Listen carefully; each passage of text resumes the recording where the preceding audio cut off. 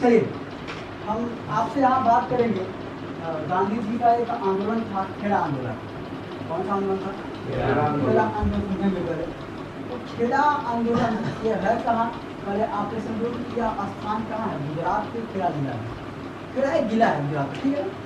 अब खेड़ा आंदोलन क्यों कहा गया? कि खेड़ा स्थान पे हुआ था, इसीलिए नाम रखा गया। क्या? खेड़ा आंदोलन रखा गया। यह कैसा आंदोलन था पर समझते हैं इसको। पहले से तो समझो ये तीसरा आंदोलन था। क्या था ये? भारत में इनका तीसरा आंदोलन था और सफल आंदोलन था। इसमें क्या था? इसको कहा गया प्रथम असहयोग आंदोलन। क्या कहा गया? तो पूछा जाए पहला असहयोग आंदोलन किसे कहा गया? वो था आपका खेड़ा आंदोलन। इसका कारण क्या था? भू राजस्व कर, भू राजस्व। अब दुर्भिक्ष रोग के कारण, दुर्भिक्ष रोग के कारण मिट्टी खराब हो जा रही थी। मिट्टी को क्या कर रहे थे? चूहा जो है पूरा चाल चाल खत्म कर दे रहे थे, तो खराब हो जा रही थी। इससे क्या हो रहा था कि पूरा अनाज तो खराब हो रहा था। देश में प्लेग बीमारी न फैले, इसी को रोकने के लिए क्या कर रहे थे कि पूरा अनाज जला दे रहे थे। अंग्रेज क्या करना चाहिए? क्या मर जाएंगे? ऐसे नहीं मरेंगे। अनाज जला देंगे तो उसके बाद भी ठीक है, अनाज जला दिए वो ठीक था। ये आप रोग रहे थे, सही भाई रोग ना फैले पूरे इस देश में, उसको रोकना। आप अनाज जला रहे थे, ठीक था। लेकिन उसके बाद भी क्या था कि एक यहाँ पर एक एक्ट था, एक धारा बना हुआ था कि कैसे आपको लोन देना है, कैसे आपको टैक्स देना है। आपको टैक्स देना है क्योंकि हम किसी और के अधीन कार्य कर रहे थे। हमारा खेत, हमारा हल, हमारा मेहनत सब कुछ मेरा, लेकिन फिर भी हम मेहनताना दे रहे थे। मेहनताना हम पानी दे रहे थे, मेहनताना हम दे रहे थे। ऐसी व्यवस्था बनी थी। तो हुआ क्या कि कहा ऐसा गया था कि रूल ये बना था कि अगर आपका 50% फसल खराब हो जाएगा तो उस समय आपको टैक्स 1 रुपये भी नहीं देना पड़ेगा। ये आपका क्या है? खेड़ा आंदोलन का सिस्टम बता रहा हूँ। वहाँ पर समस्या क्या थी? वहाँ पर समस्या थी भू राजस्व कर देना पड़ रहा था। हाँ, कुछ नहीं कर देना पड़ रहा था। लेकिन यहाँ हुआ क्या? यह 1980 में होता है, 1918 में होता है। कब होता है? 1900। यहाँ होता क्या है कि 75% आपका फसल क्या हुआ? खराब हो गया। 17। अब यहाँ इसके अनुसार टैक्स क्या होना चाहिए? 0 होना चाहिए ना, लेकिन 0 नहीं हुआ। हुआ क्या? 23%। यानी आप ये समझो कि 75% खराब हुआ, बचा कितना? 25%। 25% फसल बच ही रहा था। 25% फसल बच रहा था। उसमें भी इनको कर दे भैया 23%, पूरा 25% मांग लिया जा रहा है। अब खेड़ा के जो मजदूर थे, जो वहाँ के किसान थे, डर रहे थे। बहुत बड़ी तानाशाही थी ना, अंग्रेजों की तानाशाही बहुत देना थी। मार मार के पीट करके, आपसे क्या मतलब? आप मर रहे हैं, जी रहे हैं, उनका काम कीजिए। पीट करके डर इतना था कि लास्ट में उनका कहना यह था, वहाँ के किसान सोचे कि इनके मार से अच्छा है कि भूख की मार मर जाए। इनकी मार को नहीं सह पाएंगे, बल्कि भूख की मार को हम सह लेंगे, दे दिया जाएंगे उसे। गुजरात के सारे जो मजदूर थे, जो खेड़ा जिला था, वहाँ के सारे मजदूर किसान जो थे, अपना 25% जो हुआ जो था वो दे रहे थे। आपको जानकारी है कि इसी सन में कहाँ आपके अहमदाबाद में महात्मा गांधी का क्या हुए थे? हड़ताल किए हुए थे। हड़ताल किए हुए थे, वो खाली नहीं थे, तो यहाँ पर भेजा गया था सरदार वल्लभ भाई पटेल। सरदार वल्लभ भाई पटेल जी मेरा पिताजी देखो वहाँ क्या हो रहा है। ये आते हैं, समझते हैं, बताते हैं कि वो नहीं हो पाता। लास्ट में आज को पड़ता है महात्मा गांधी का। महात्मा गांधी जी को यहाँ आना पड़ता है, यहाँ आना पड़ता है। और ये करवाते क्या है भैया कि आते हैं, गांधी जी कहते हैं ठीक है आपका कर दिया जाएगा, लेकिन कर वही दे जो किसान जमींदार बड़े घर से हैं, जो सक्षम है वो कर दे, जो सक्षम नहीं है, जो गरीब है वो कर नहीं देंगे। कहाँ ऐसा करता है? जब गांधी जी आपके अहमदाबाद से खेड़ा जिला में आ रहे थे, तो वहाँ का जो स्टेशन है, रेलवे स्टेशन, पूरा गांव उनका स्वागत करने के लिए आया था, ऐसा कहा जाता है। स्टोरी ऐसी बनी है इनकी, तो पूरा स्वागत करने के लिए कि भाई इनका नाम फेमस था, इनका नाम फेमस ही था, महात्मा के नाम से फेमस ही हो गए थे, बापू जी के नाम से फेमस ही हो गए थे। मतलब कहा उनके पूरे स्वागत में पूरा गाँव आया हुआ था। लेकिन आप ये सोचिए कि जब वहाँ आते हैं, सारा कुछ पढ़ते हैं, तो उन्होंने कहा कि भाई ठीक है, टैक्स दिया जाएगा, टैक्स लीजिए, लेकिन जो जमींदार सक्षम है, क्या है, जो जमींदार क्या है, सक्षम है, वो दें, वो आपका टैक्स, और जो कमजोर हैं उनका टैक्स आप मत दीजिए, उनका टैक्स आप मत दीजिए। तो इनके इस निर्णय से जब आए हुए थे सब आए स्वागत करने के लिए, ये क्या हुए, नाराज हो गए। ये क्या हुए, जमींदार सक्षम थे, वो नाराज हो गए, और हम कहाँ टैक्स दे, सबके लिए करवाइए, कुछ तो उसको करना होगा। वो तो एक भी नहीं मान रहे थे भाई, ब्रिटिश गवर्नमेंट तो एक को नहीं वापस कर रही थी, जिनके पास कुछ नहीं हुआ है वो कहाँ देंगे। आपके पास 50% हुआ है, जिनके पास एकदम नहीं हुआ है वो, आप 25% की मांग कर रहे हैं, वो 25% पैदा ही किया, कहाँ देगा वो। जमींदार यहाँ के नाराज हुए।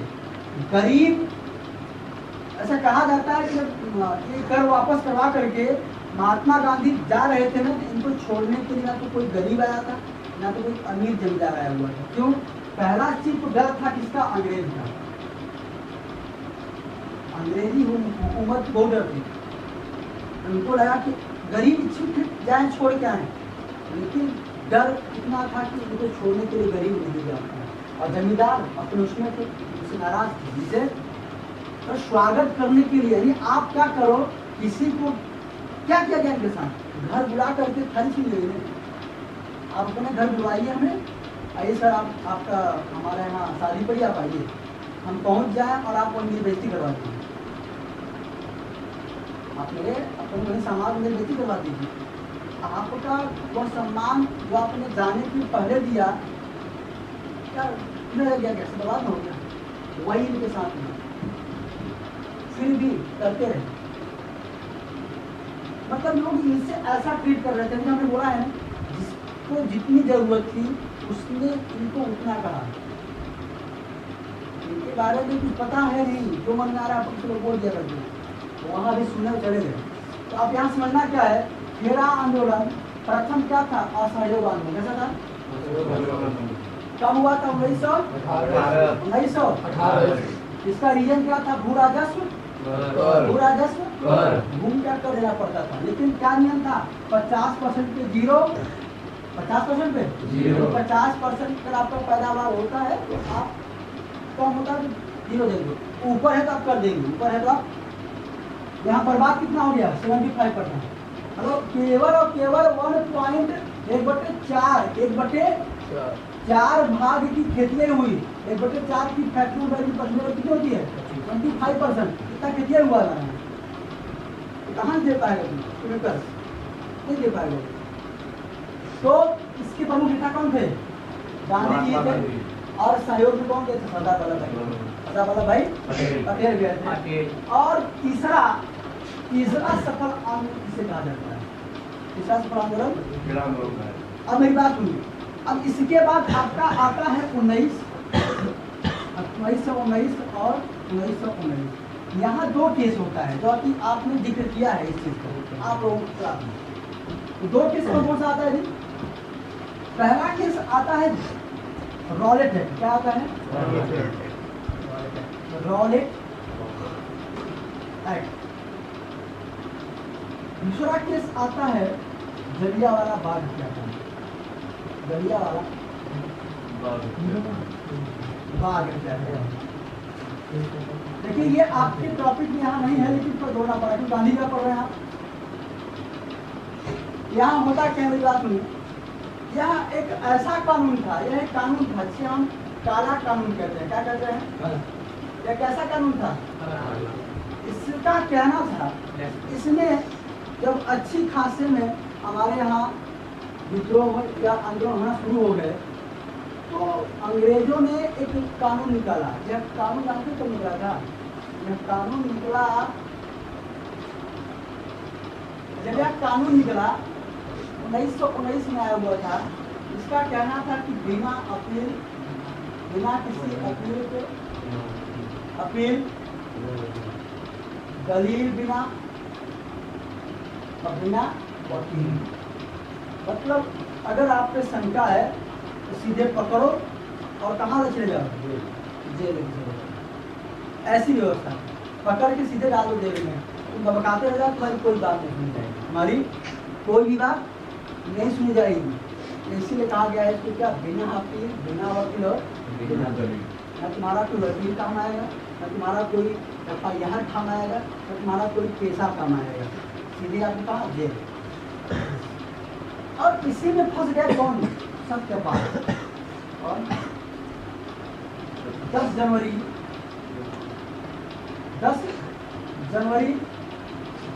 सत्यपाल क्या हुआ था? 10 जनवरी 10 अप्रैल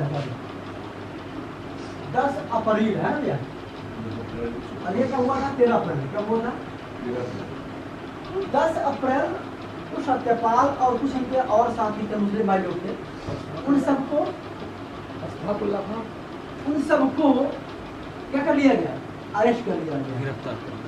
जब अरेस्ट कर लिया गया तो क्या हुआ कि इन्हीं को, यानी इस रॉलेट एक्ट के विरोध में और सत्यपाल तथा इनके साथियों को छुड़ाने में, रिहाई के लिए पंजाब यानी अमृतसर के जलियांवाला बाग है, वहीं पर सारे लोग एक जन समूह में इकट्ठा हुए। तो बात चल रही थी, बूढ़े जवान औरतें सब इकट्ठा होकर चर्चाएं चल रही थी इसी पर।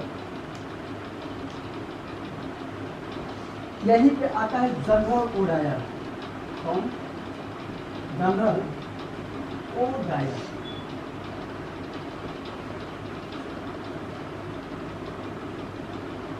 इसको मालूम होता है जो आपका ये वहाँ का जो जलियांवाला बाग था, एक पार्क था, उसका नाम है जलियांवाला बाग। वहाँ क्या था कि 4 दीवारी थी और एक गेट था, 4 दीवारी थी और एक गेट था।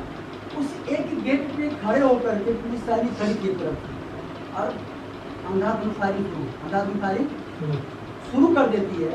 और इस फायरिंग में अब क्या किसको लगा? वहाँ पे नहीं देखा जा रहा था, गोली थोड़ी देखेगी कि ये बुढ़ा है छोड़ दिया है, ये जवान है इसको मारा जाए, ये बच्चा है ना मारा जाए। जिसको लग रहा था, कहाँ लग रहा था? अंधाधुंध फायरिंग कराया गया। कहा जाता है कि 2 से क्या लगभग, हमारा यहाँ बताया गया था, लगभग 10 से 15-20 मिनट यहाँ पे अंधाधुंध फायरिंग हुई है। लगातार कोई फायरिंग, केवल फायरिंग हुई, अंधाधुंध फायरिंग 10 मिनट से ऊपर कराया गया, लगभग आधे घंटे के आसपास फायरिंग कर हुआ था। तो लोग गोलियों से बचने के लिए ऐसा माना जाता है कि उसी बाग में एक कुआं था। क्या था? कुआं। लोग अपनी जान को बचाने के लिए इसी कूदते चले गए। ये पूरा कुआं आपका भर गया, एक के ऊपर एक, एक के ऊपर एक, एक के ऊपर एक। इस कांड को यानी नाम दिया गया क्या? जलियांवाला। पूछता है कि जलियांवाला बाग हत्याकांड किस उपलक्ष्य में हुआ था? बताना। काला कानून के विरोध में तथा सत्यपाल और उनके साथियों के रिहाई के विरुद्ध में ऐसा जलियांवाला कांड हुआ था। इसमें गोली कौन चलाया था? General O'Dwyer. इसको मारने की प्लानिंग चल रही थी, इसको मारा जाए, इसको मारा जाए। इसको मारने के चक्कर में इसकी वाइफ मारी गई, इसकी पत्नी थी, वो मारी गई। ये पूरा आपका खेला आंदोलन था। खेला आंदोलन के बाद अब हम आगे चलेंगे, अब पढ़ेंगे हम 1920 जो आपकी अगली स्टोरी है, इसको हम आगे पढ़ेंगे। 1920 में जो आपका अगला आंदोलन है गांधी जी को, हम उसको पढ़ेंगे। आपको अगले वीडियो मिलते हैं। अगर आपको स्टोरी समझ में आ रही हो तो आप इसको देखिए, पसंद करिए, इच्छा हो तो शेयर करिए, ठीक है? फिर आगे मिलते हैं।